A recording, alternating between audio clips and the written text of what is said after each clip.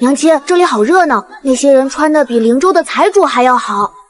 张儿，喜欢这里吗？喜欢。喜欢就好。灵州虽富庶，可论起这天下真正的繁华，到底还是这京城。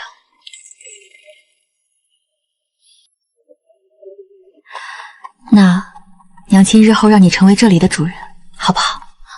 这怎么可能呢？你只需跟着书院先生好好念书，其他的娘亲说到做到。好。这世间万物终究是要物归原主的，毕竟他可是永宁侯孟庭舟在这世上唯一的子嗣。12年前我嫁与孟庭舟为妻，他是永宁侯第3子，尚有2个哥哥，一个在朝为官，一个是锦衣卫统领。按理说承袭爵位这种事怎么也轮不到他，那时候他只需要做个逍遥闲人。可这桩婚事对我这个孤女而言却是高攀的不能再高攀了。父母早亡，我身弱无依，只能千里迢迢来到京城投靠表姑。进了尚书府的门便收起你那些穷酸气，莫要丢了脸面。是。江姑娘，不必多礼。今日和你表哥手谈，他提起你琴技一流。公子灭赞，只是学过几日，不值一提。江姑娘切莫妄自菲薄，改日请指点一二。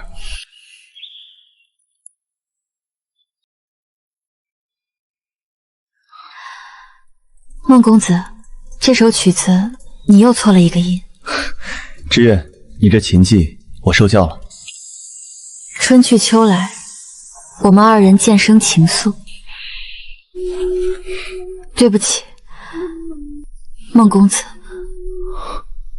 知月，或许今天是我最后一次见你了。这个送给你，留作纪念。到底发生什么事了？你把话说清楚。因为我要嫁人了。我虽出身不显，可击毙之后没人踏破了门口。前几日表姑收了礼部侍郎家的名帖，说那位2公子家世不错，品貌端正，最要紧的是他愿娶我做正妻。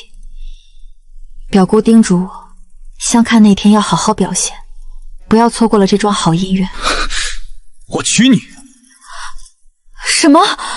江知月，我心悦你，我想娶你为妻。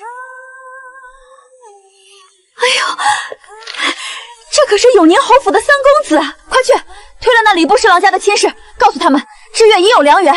你放心，这婚事表姑定会替你好好操成。那时我以为这就是幸福的开始了。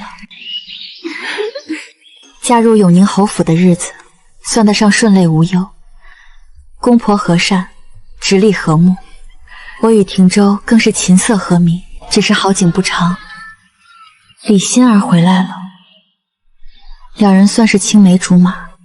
12岁那年，李家因故被贬官外迁，如今他随官复原任的父亲回来了。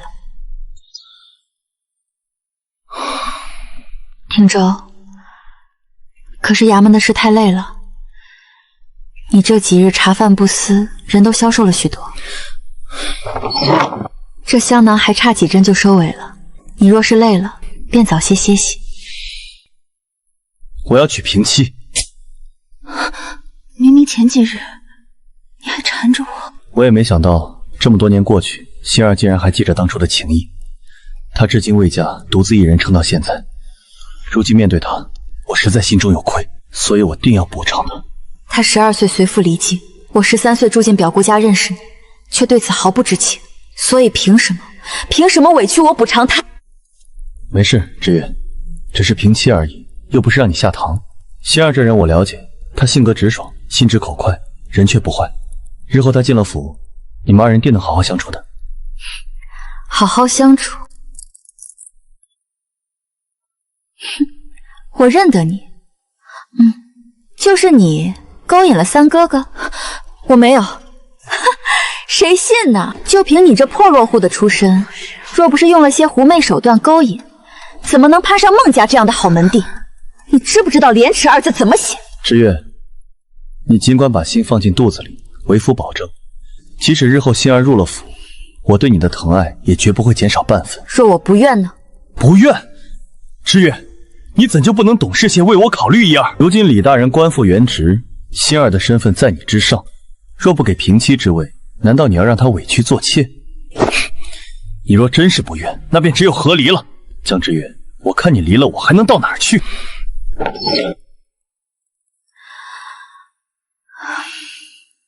好，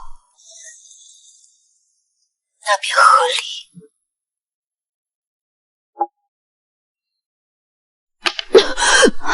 夫人，您这是怎么了？夫人，您有喜了，太好了！您在侯府的地位终于保住了。地位？可怜的孩子，你早不来晚不来，偏偏在这个时候留下来又如何？忍受那个朝三暮四的混账父亲，还是去应对那个样样压我一头的李心儿？那种日子能有什么好结果？奴婢这就去告诉侯爷和夫人，让他们为您算主。不许去！此事你知我知，不许声张。我想一个人静一静，你先下去吧。是。若现在走了，悄悄流掉他，不，孟庭舟什么都不会知道，他不会愧疚，更不会痛苦，到头来受伤的只有我自己。我不甘心，我实在不甘心，那只有这么做了。听下人说你想通了？是。我就知道，你父母早亡，孤身一人，除了这侯府，你还能去哪儿？想通了便好。知月，我就知道你最……饮过此杯茶，你我夫妻恩断义绝。放心，和离后我便回灵州，祖上在那里积累了些薄产，足够我自食其力，日后必不会在京城碍你们二人的眼。你这是何必呢？心儿已经同意了，只要你服个软，日后与他和平相处，你就还是我的妻。闻君有两意，故来相决绝。你与李希儿故人的故事已经在京城传开了，百姓人人称赞你孟庭舟有情有义，是位君子。现在这般犹犹豫豫当断不，可不是君子作风。所以，请吧。好，好得很。江知月，你在京城过惯了富贵日子，往后可别后悔。你绝不会想到，这茶水里早被我放了足量的无色无味的绝丝药。寄人篱下这么多年，终于在临走前干了一件大事。指尖力度需收放自如，音韵方能清越。回到京城后，我开了这家琴坊，靠传授琴艺谋生。因着技艺高超，很快便在附近一片小有名气了。祖上传下来的东西，世间也只剩这一件了。老师，大家都说您这把玉骨瑶琴弦音清婉动听，如天籁一般。可我们来这儿这么久，怎么从未见您弹奏过？当年我在林中用这把琴弹奏《凤求凰》，与魏郎君一曲定情。可惜后来我与他情断义绝，离开的那天我便发了誓，此生不再用此琴弹奏。听说了吗？那琴房房主有个定情的故事，邪乎得很。越是不弹，越是叫人心痒。真想知道那琴音到底是什么样。瞧一瞧，看一看啦！神秘琴师究竟是谁？名单已定，开盘下赌，谁能猜中那负心郎君是谁？赔率翻番。连永宁侯都在这名单里，大家伙快来压住啊！哎，那永宁侯府的三公子，如今可是京城的大红人。红是红，可这红法倒也稀奇。你想想，原本这爵位哪轮得到他呀？可不是嘛，谁能想到这10年间，孟家长公子大病一场废了，二公子更惨，缉拿犯人的时候中了毒箭，当场就没命了。这爵位啊，最后竟然就这么落到原本最不打眼的三公子头上了。可惜喽，我看孟家这祖坟大概是真出了点问题。这位三公子成了爵又怎样？成婚这么多年，先后娶了2房夫人，竟然连半个子儿都没见着。我也听说了，这位侯爷怕是身上有点什么隐疾。母亲可是有事要吩咐？不能再拖了，你膝下至今荒凉，外面那些流言蜚语有多难听，你自己心里清楚。母亲，再给儿子一点时间。给你时间？那谁给侯府时间？我已经想好了，你就从大房或二房里挑个伶俐的孩子过继到你名下。母亲，那毕竟不是儿子的亲骨肉，总比顶着个绝后的名头强。卖糖葫芦嘞，又甜又大的糖葫芦嘞！你听说了吗？听说了，过继的哪有亲生的好？就是，绝后的男人和不会下蛋的鸭有什么区别？一辈子忙到头，还不是为旁人做嫁衣？静恩寺求学业向来很灵，每年都有考中的学子上山还愿呢。是啊，是啊。本着沾个彩头的想法，我也去了。一愿张二前途光明，二愿我终能得偿所愿，拿回属于我们母子的一切。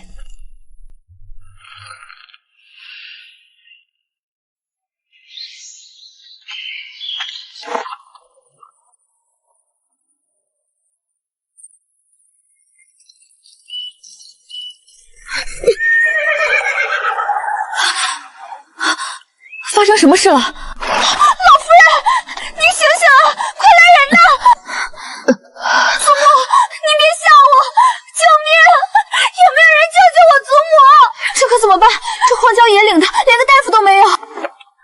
这是受不了劳累颠簸，心症发作了。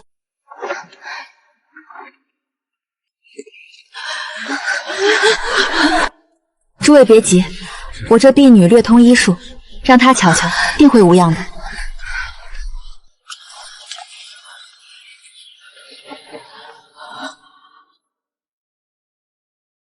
这是急用药，暂时缓解一下情况。祖母，你醒了！多谢两位救命之恩，敢问恩人姓甚名谁，家住何处？改日我定叫父亲亲自登门拜谢。云阳侯夫人与孟庭舟母亲多年交好，从前常到府上做客，自然是见过我俩的，但现在身份还不能被人认出。贵人客气了，我们也是刚好路过，出手相助，区小事，不足挂齿。家中还有幼子等候，实在不便在此久留，就先走一步了。我怎么觉着他身边那个婢女有些眼熟呢？祖母，您说什么？总觉得在哪儿见过，好像似曾相识，可这一时半会儿的，竟怎么也想不起来。到底是谁呢？静恩寺回来后，有关我的猜测愈演愈烈，从城西传到城东，又传遍了整个京城。闹得这么大，想必也该传进那位侯爷夫人的耳朵里了。李心儿，阔别10年，我送你的这份重逢礼，你可喜欢？先生，今后便辛苦您每日登门授课了。张儿年纪尚小，还是留在宅子里读书，我更放心些。夫人思虑周全，如今外面流言纷纷，张和天赋异禀，此时确实不宜去学堂受打扰。今日便讲到这里，诸位回去勤加练习。老师再见。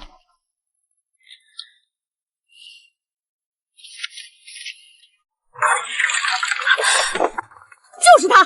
大家伙儿快来看看，就是这个不知廉耻的女人！你教的根本就是些不入流的下贱技法，简直是在误人子弟，害得我家孩子在外面当众出丑，被人笑话。我告诉你，今日你要是不给个说法，不把那昧良心的学费吐出来，我就带人把你这破琴房给砸了！莫要血口喷人！我的琴技如何？这附近的诸位邻里还有我教过的学生皆可作证。你说我误人情待，倒是说说哪一招哪一式是不入流的？你若真问心无愧，就随我去官府走一趟，到时公堂之上，清白自有断断。去什么官府？老娘现在就让你在这条街上丢尽颜面！走，放开我娘亲！哎呦，哪儿来的小畜生？给我拉开！张儿，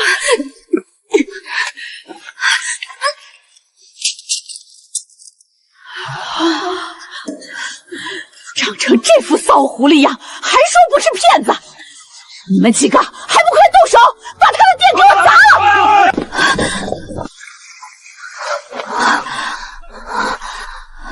张儿，你怎么样？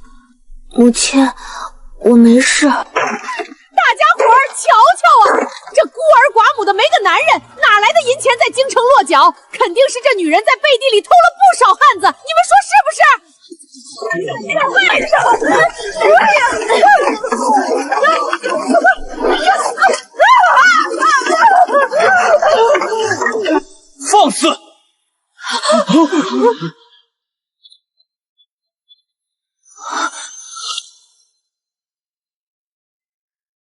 孟一舟听到了最近的传言，只是一直不敢确定神秘琴师的身份。直到今日那妇人扯掉我帷帽，看清面容之后，一切猜疑才彻底坐实。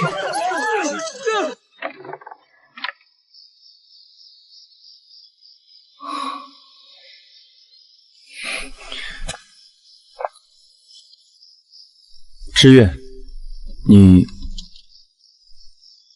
刚才可有受到惊吓？张儿，我们走。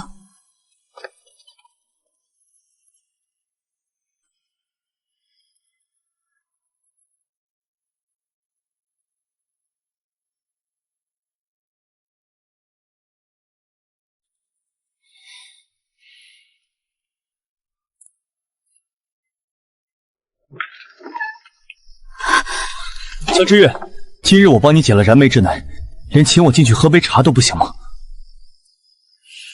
侯爷位高权重，您既然开了口，民妇自然不敢有异议。请。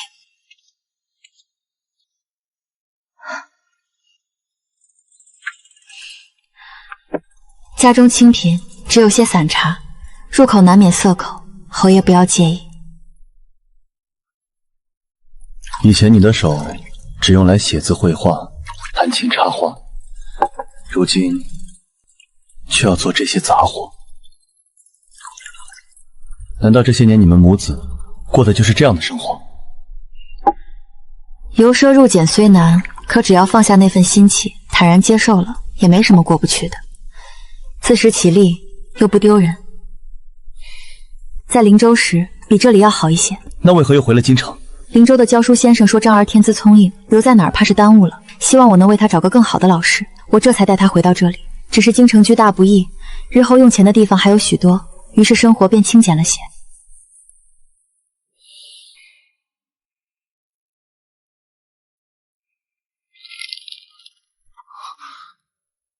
王如章，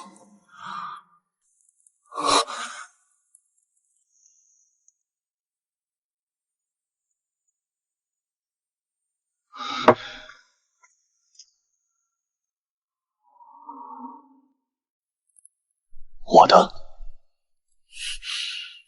捡的。知月，你看着我的眼睛再说一遍。我说他是捡来的。总之，这个孩子与你没有任何关系。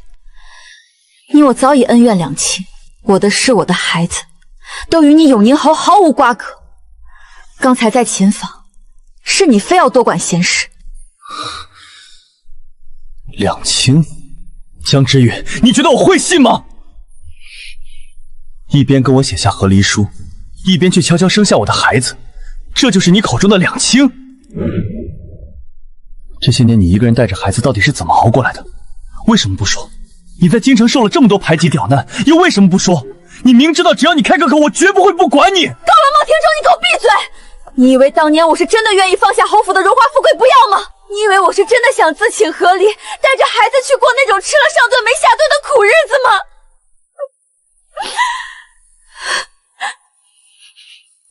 还不是因为我爱你。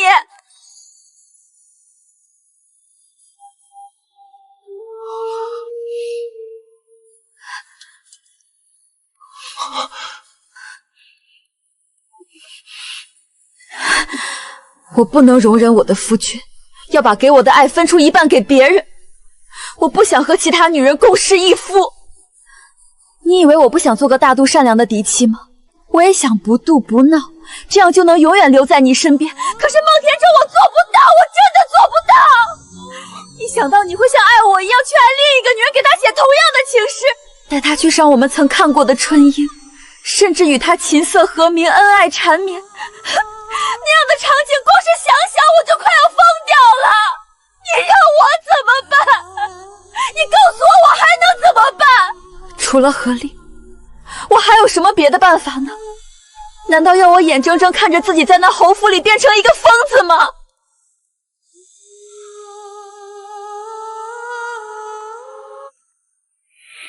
志远，我好高兴，你心里一直有我，你忘不掉我，对吗？是啊，演也演够了，喊也喊累了。和离后，我竟然发现自己怀孕了，这说明什么？说明你我注定是此生纠缠的孽缘，终究是逃不掉的。如今这么多年过去，我已经不恨你了，只要现在能够看你一眼，我便别无所求。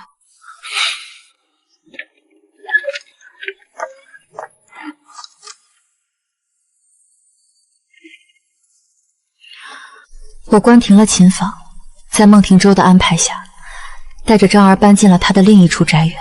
你先带张儿住在这儿，跟我回侯府准备一段时日，祭告先祖，重修族谱，我便亲自接你们母子恢复认祖归宗。至于前几日砸你情妇毁你名声的那些刁民，我绝不轻饶，定会追责到底。侯爷做主便是，追责到底。李心儿，你怕是坐不住了吧？想对我儿子下手却没机会，便泼脏水，想让我在这京城名声扫地，无颜立足。李心儿，你的手段还是和以前一样上不得台面。这就是你们查到的结果，幕后指使竟然是……我倒要看看他还有什么好交代的。那夫人亲口承认是你指使，李心儿，我竟没看出来你如此蛇蝎心肠。我蛇蝎心肠？孟庭舟，当初你求娶我时是怎么说的？如今你又在外头偷养个大的带个小的回来，到底是谁朝三暮四、薄情寡义？心儿，快传府医！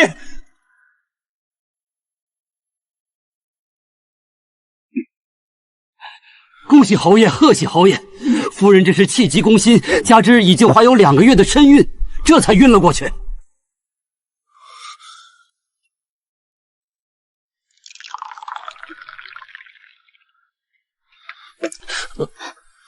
怎么了？侯爷可是有心事？知月，是侯府那边，本来这些日子就要接你们母子回去，但出了点小差错。心儿她有孕了。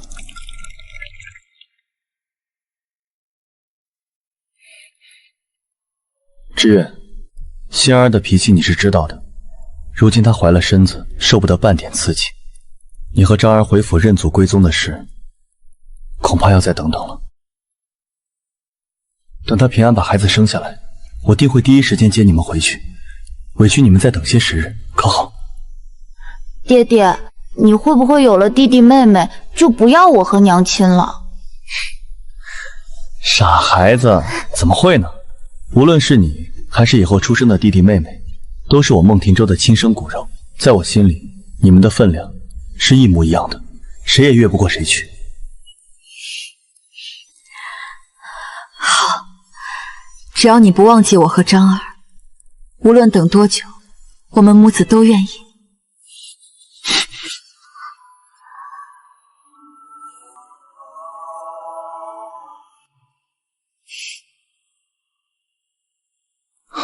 知月，难为你这般体谅。心儿那脾气你是知道的。我孟同舟在此立誓，绝不负你。待他诞下子嗣，我定风风光光接你母子入府。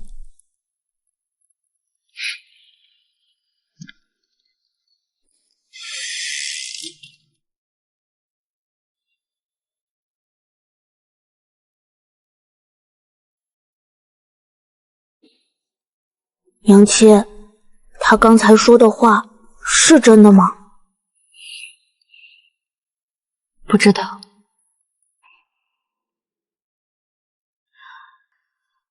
但娘亲可以给你讲个故事，你想听吗？什么故事？娘亲在与他和离之前，他也曾说过同样的话。他说，就算他娶了李心儿，我也一样是他的妻，绝不会亏待我分毫。可你看，如今李心儿那样咄咄逼人，给我们母子泼脏水，让我们差点在京城待不下去。他明明已经查到了真相，知道是李心儿在背后捣鬼，可他做了什么？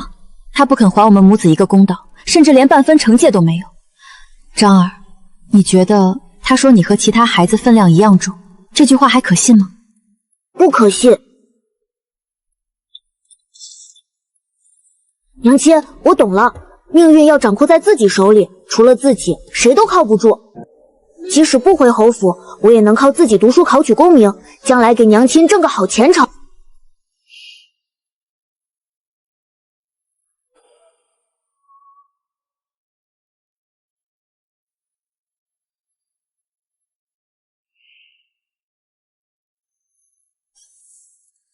好孩子。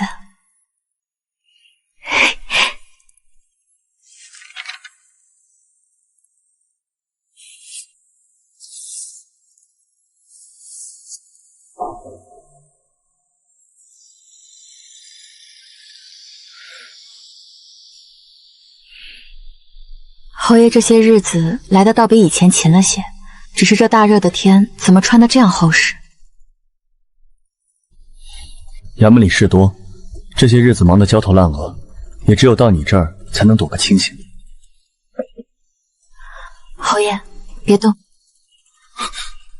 我瞧瞧你的脖子。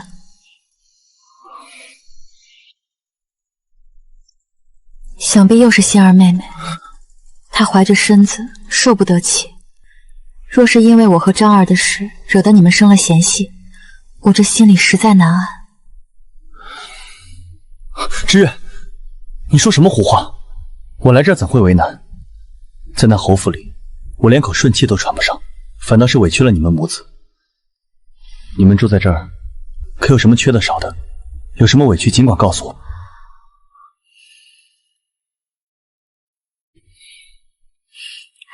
我们在这里一切都好，侯爷不必挂心，只要侯爷心里有我们母子就够了。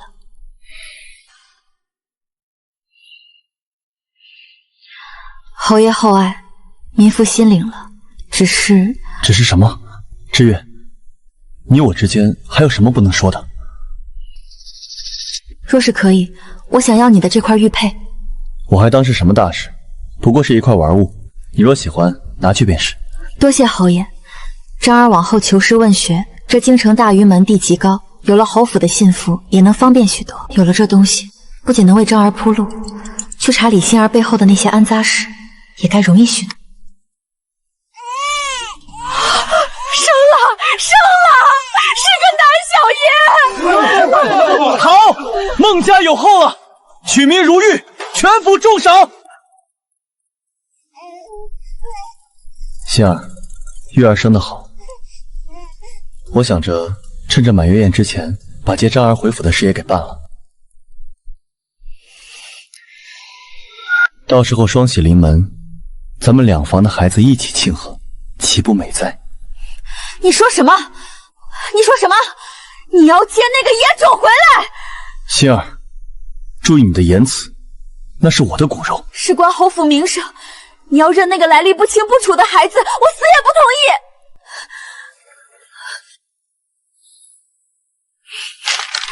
侯爷，你有所不知，前些个日子我已经叫人去把某些人的底细摸得一清二楚了。想进侯府的门，也得看你肚子里的种够不够干净。欣儿妹妹当真是精力充沛，我本以为你刚生产完月余，该在屋里好生调养才是，没成想你竟还有力气操心这些陈年旧事。江之月，你少在这跟我阴阳怪气！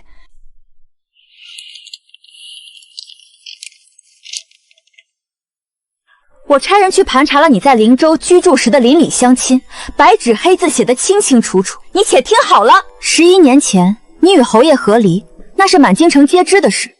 可你回到灵州老家，却已经是9年前的事情了。那时候你身边已经带着这个孩子了，谁知道这孩子到底是什么时候落的地？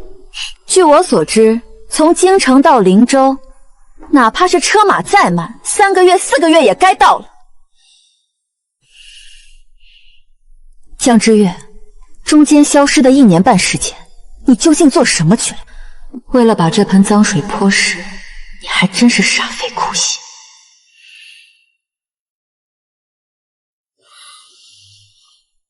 知月，那1年半，你人在何处？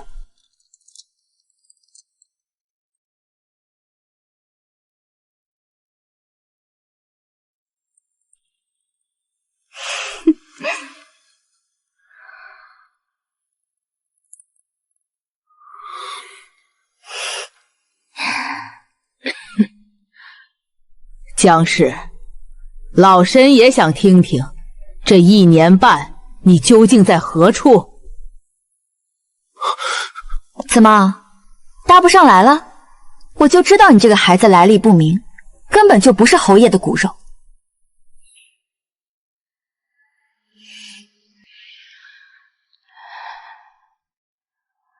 当年和离后，我动身离开京城，在出城的第3日，我才发现自己有了身孕。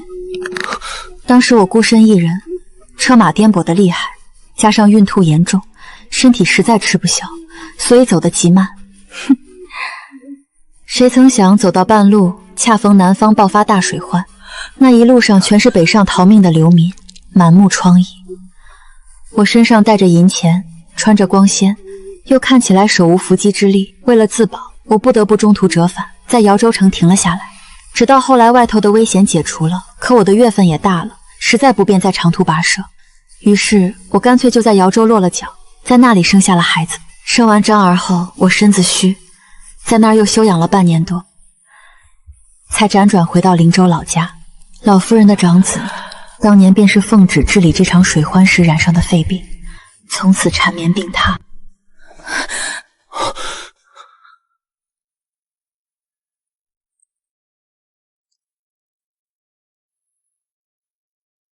好了，心儿，这事说到底，当年也是我们侯府做的不周全。若是当初我派几个侍卫一路护送他回灵州，便也不会有今日这些不明不白的争议。而且你看那孩子的脸，和我几乎是一个模子刻出来的，怎么还能有假呢？那可未必。这世上长相相似的人多如牛毛，若存了心想找个相似的，又有何难？来人，还不把那个奸夫给我带上来！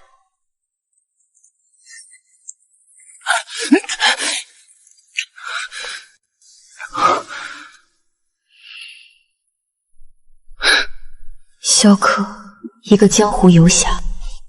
在下萧克，今日前来不为别的事，只为我那可怜的儿子。这位夫人当年与我有过一段露水情缘，那孩子分明是我的亲骨肉。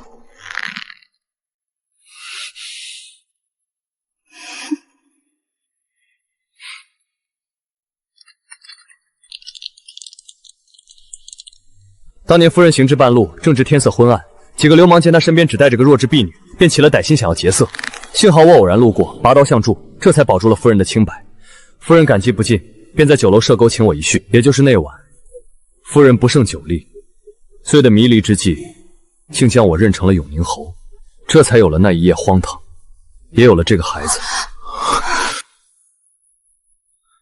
夫人，我当初只当你是一时糊涂，心中一直念着你的好，可我万万没想到，你竟然会生下我的骨肉，更没想到，你为了攀附这永宁侯府的荣华富贵，竟然敢带着我的孩子来找侯爷滴血认亲，你置我于何地，又置这孩子于何地？你胡乱攀咬什么？我江之月活了这么多年，从未见过你。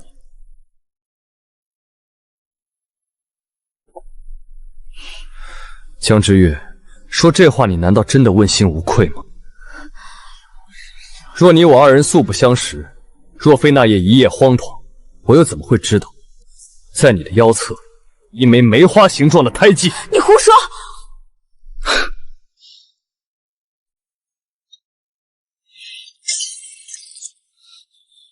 够了，都给我闭嘴！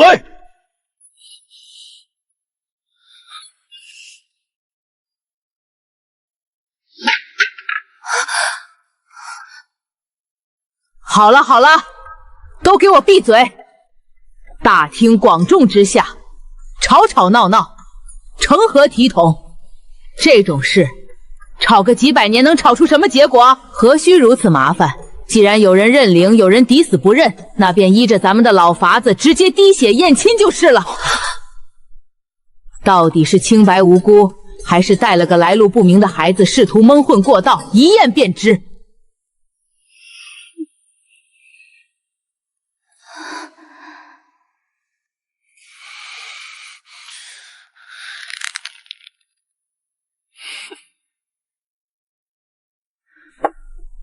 来人，去通知各位族中长老，7日之后，请诸位齐聚侯府，一同见证。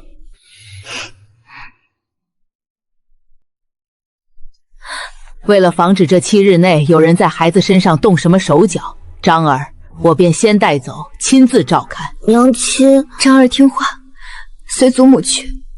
娘亲在这儿等你。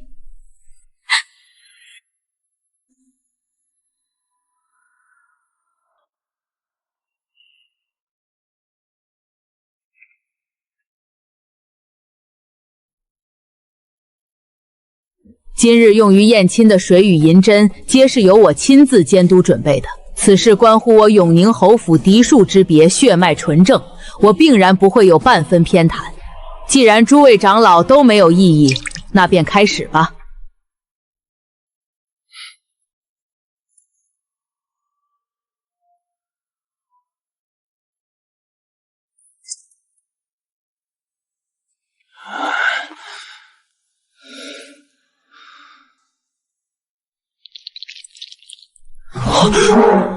什么？不可能！这绝对不可能！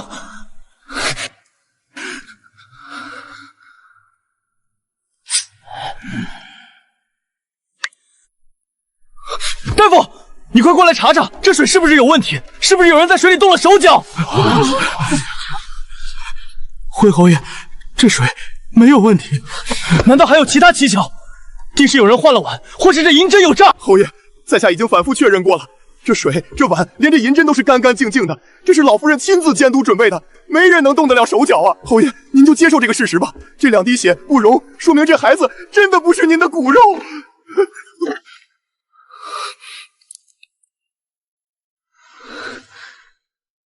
江之月，枉我对你如此信任，你竟然欺骗我！不，这怎么可能？这绝不可能！真儿是我10月怀胎生出来的孩子，我再清楚不过，怎么可能不是侯爷的亲生血脉？一定是哪里出了错。怎么，这些碗碟水银可都是婆婆亲自盯着准备的？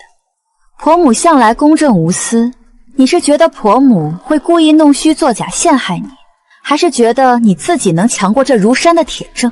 哼！关于这个孩子的身份，我的确无从辩驳。各位长老都在此见证过了吧？众目睽睽，证据确凿。江之月，你现在还有什么可狡辩的？是啊。我还当是什么流落在外的侯府嫡子，弄了半天，分明就是个复明的野种。江之月，你贪图侯府富贵荣华，竟敢冒险混淆侯爷血脉。像你这种不知廉耻、心机深重的女人，就该被拖下去进猪笼，活活溺毙而亡！还不快来人，把这试图蒙骗侯府血统的贱妇拖下去，即刻行刑！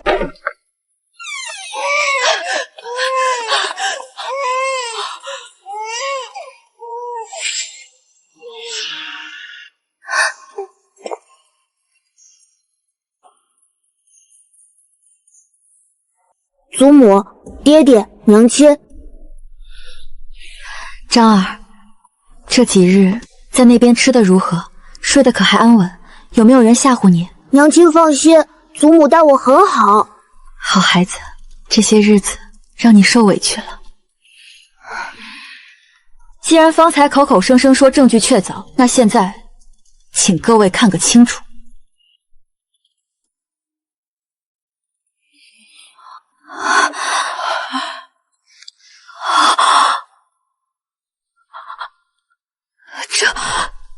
这不可能！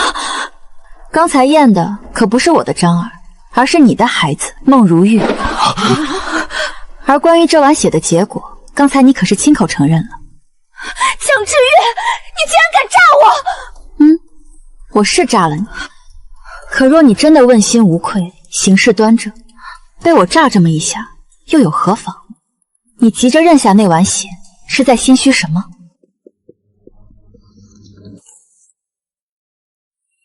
难为你这份心操了这么多日子。说吧，今日求见，所谓何事？老夫人，7日后的滴血验亲，知月有一事相求。知月想请老夫人准许，在验亲当日，将张儿与玉儿的血调换着验。胡闹！玉儿又不是流落在外的孩子，出生在侯府，众目睽睽，让她验这个做什么？你要拿侯府嫡子的血去验，究竟在打什么主意？老夫人，我江知月行得正，坐得端，从来不怕任何查验。可我怕李心儿为了她的孩子将来能继承世子之位，会在滴血验亲时使什么手段，阻止张儿认亲回府。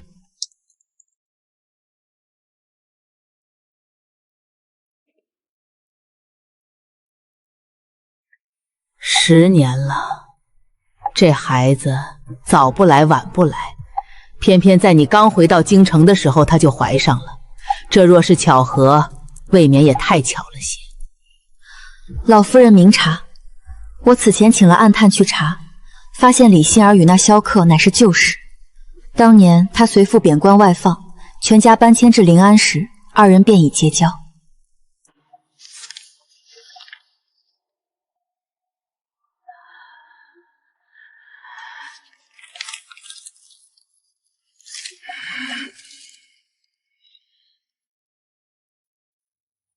当年李家落难，在临安受尽排挤，甚至被政敌暗算针对，是萧克路见不平，救了他们全家。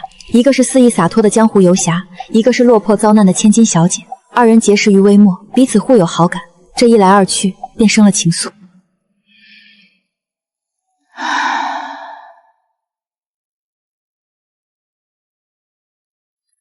那她嫁入我侯府之后呢？即便嫁了人，2人也一直在暗中有来往。为了寻求刺激，李心儿有时还会给萧丽穿上侯爷的衣裳，将其藏匿入府中。2人身量和容貌本就相似，即便偶尔有下人撞见模糊的人影，也只会当成是侯爷，断然不会起疑。可后来我回来了，李心儿担心自己地位不保，为了彻底压过我，便病急乱投医，向萧克借了种。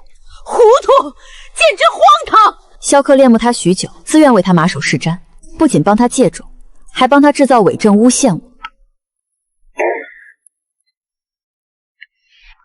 当年我离开侯府后，许多曾侍奉我的下人被分到了你手底下做事。想知道我身上有什么胎记，很难吗？该死！走！怎么回事？我的力气……不用白费力气了。早在昨日夜里，小唐便在你的饭菜中加了软筋散。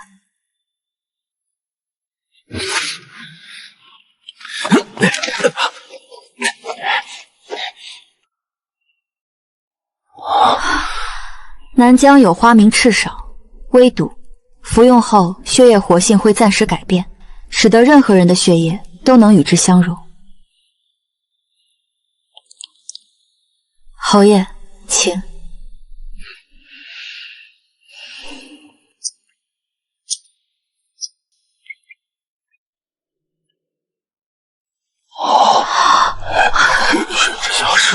荒谬吗？按这血象，我们3人都成了他萧克的至亲。大夫，麻烦你重新取水，给侯爷和张儿再验一次。是。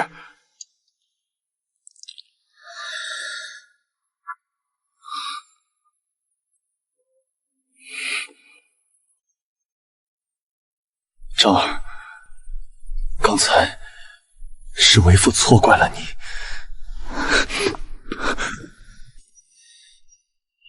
你颇费周折唱了今日这么一出，不就是想让我们母子名声扫地，让张儿永远无法回府相认吗？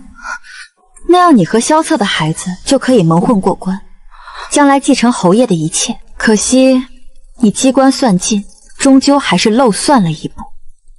李心儿，当初你我成婚，我许你凤冠霞帔10里红妆，让你风风光光的进了这侯府的大门。这10年我自问待你不薄，你要什么我没给你，你为什么要背叛我？为什么要用一个野种来毁我侯府门楣？背叛，孟庭舟，你少在这里装出一副受害者的模样！你这个绝情又伪善的小人！当年我父亲被贬官，全家被外放到临安的那几年，你知道我们是怎么过的吗？我们全家受了多少白眼，过得何其艰辛，最艰难、最绝望的日子，全都是他陪我度过的。而你呢，孟庭舟，你扪心自问，这么多年，你可曾往临安寄过半封问候的信函？你可曾在那时候出过半分力，帮衬过我们一次？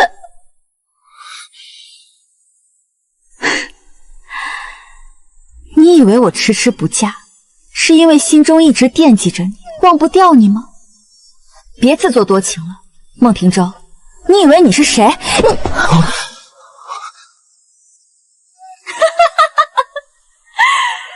以为我愿意踏进这冰冷的侯府，还不是因为我无法给萧哥？而我的好父亲，他一心只想攀附侯府权势，想给哥哥铺出一条青云之路。是他亲手设计让我嫁给了你。孟庭舟，你给我听好了！这么多年，每当你碰我的时候，我都觉得恶心。在我眼里，你孟庭舟才是他萧克的替身。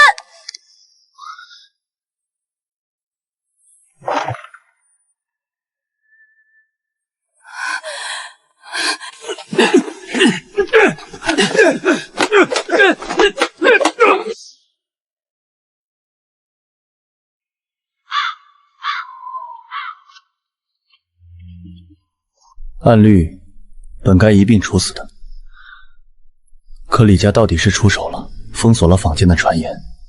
那孩子到底是他们李家的外孙，所以侯爷是打算放过他们母子了。李家不愿再接纳此等败类。进去吧，李大人说了，往后就在这自生自灭。三哥哥，你看萧王给我买的新发簪。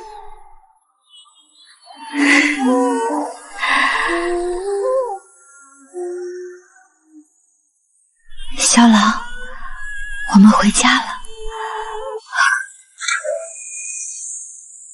10年了，先是知月，后是李心儿，如今加上那些偏房，这么多人竟没一个能怀上的。这问题恐怕不是出在女人身上。我在侯府内时，虽然成婚2年也没动静，但我每日侍奉婆母有如亲生，事必躬亲。孟夫人对我还算满意，且看我俩年轻，并不急于一时。后来孟瀛洲再度娶妻，他对李心儿颇有微词，又见2人年纪渐长，便做主给他纳了几房妾室。婆母这是嫌我占着位置不产蛋吗？找这些环肥燕瘦的人进府，存心是要各意思我。长得倒是水灵，这可怜样子做给谁看呢？我是正室夫人，管教你们这些贱人是本分。来人，拉下去掌嘴！没我的允许不准停。侯爷，夫人那边闹得挺凶，您不去瞧瞧？后排的事由他折腾去吧，只要不闹到母亲面前，随他。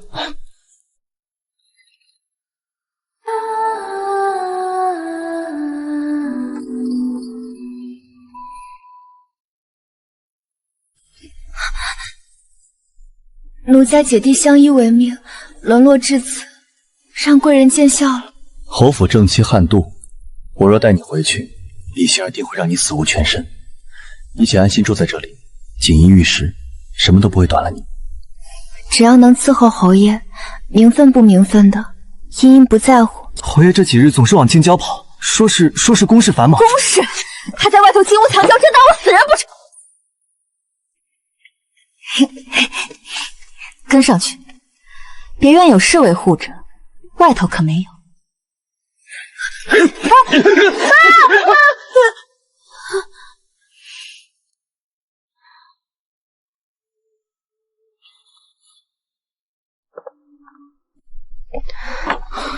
茵茵，别太难过了，我会请名医给这孩子瞧病的。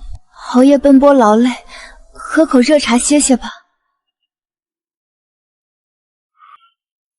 李心儿，你最想要子嗣什么？那我就让这个男人这辈子都再难有后。放心，有我在。查，给我查个底婆！回侯爷，查到了，别院那位茵茵姑娘曾私下接触过江湖游医，买过断子绝孙的药。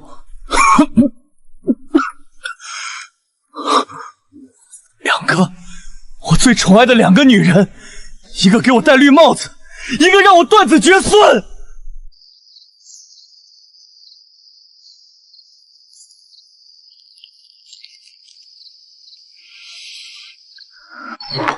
夫人，查清楚了，我替侯爷把脉时总觉不对，果然李仙儿在得知腹中胎儿性别的那一刻起，就开始在饭菜中给他下毒，少量多次，日积月累，他倒是狠得下心。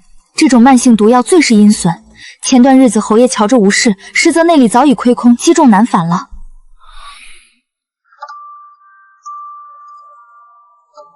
知月，再为我弹一曲吧。侯爷，该歇息了。不知怎么了，自从这场大病之后，我便难受得很，身上总没力气，乏得厉害，甚至耳朵里整日嗡嗡作响。这身子也就只有在听你弹琴时，才觉得舒坦些，仿佛那些痛楚都离我远去了。既然侯爷喜欢，那知月便多陪陪你，再为你弹一曲《春江花月夜》，如何？好，最爱听你这一曲。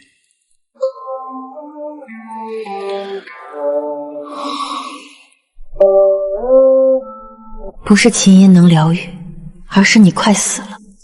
乌兰草与李仙儿下的毒相冲，虽能麻痹你的痛觉，却在掏空你的内力。知月，知月，你还记得尚书府那年的春阴吗？知月，回顾此生，我曾真心爱过那么多人，可到头来，他们要么处心积虑算计我，要么背叛我。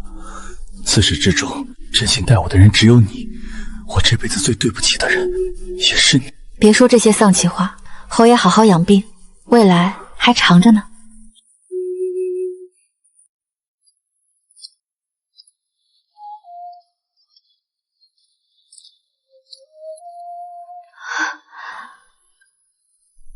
张儿，先别去书房了，跟娘亲一起去陪陪你父亲，多和他说说话。娘亲，你何时变了？你如今已是侯府世子，将来要继承他的一切，若叫外人看出来你们父子离心，对你百害而无一利。我明白了。今日学了些什么？读了策论，也与几位堂兄切磋了一番，还学了一套拳法。在我的促使下，张儿探望他的次数多了，父子俩的谈话内容皆是些吃穿学业的琐事。可张儿脑子活泛，进步神速，如今有了世子的身份，名师教导，珍品藏书，这些条件足以让他脱胎换骨。临终之际，他见了很多人，最后才教导我和张儿。知月，张儿，过来。我不行了。我死后，侯府的所有一切，爵位、家产，统统留给你和孩子。从此京城就再也没人敢欺负你们。我的儿，听州，我的儿啊！